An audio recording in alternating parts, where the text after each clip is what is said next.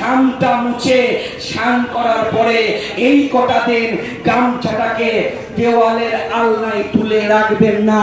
ভোটের দিনে মাজায় ভালো করে গামছা বাঁধুন, বুথের সামনে দাঁড়ান। কারণ পশ্চিম বাংলার ইতিহাস বলছে, ভারতবর্ষের ইতিহাস বলছে, স্বাধীনতা আন্দোলনের ইতিহাস বলছে, মেহনতি গরিব খেটে খাওয়া মানুষ যেদিন ঐক্য তৈরি করবে, সমস্ত খারাপ শক্তি হাওয়া হয়ে উড়ে যাবে।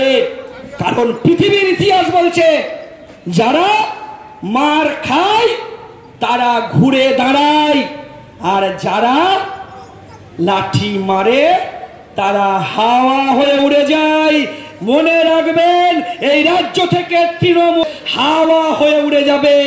আর 7 জানুয়ারি ব্রিগেডের ময়দানে বাংলার ছাত্র যুব ইয়াং কমিউনিস্টদের আমরা বলেছি, প্রয়োজন যদি হয় ভোটের দিনে ঝান্ডার সঙ্গে ডান্ডা লাগিয়ে ব্যবহার করুন।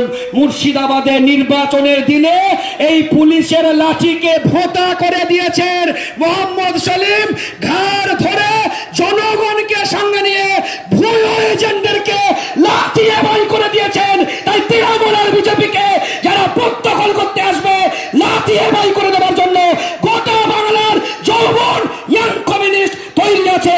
সকলে ভালো থাকবেন। নমস্কার, আদাব এবং প্রণাম জানিয়ে আমার কথা শেষ করছি। ইনকিলাব জিন্দাবাদ, সিপিআইএম জিন্দাবাদ।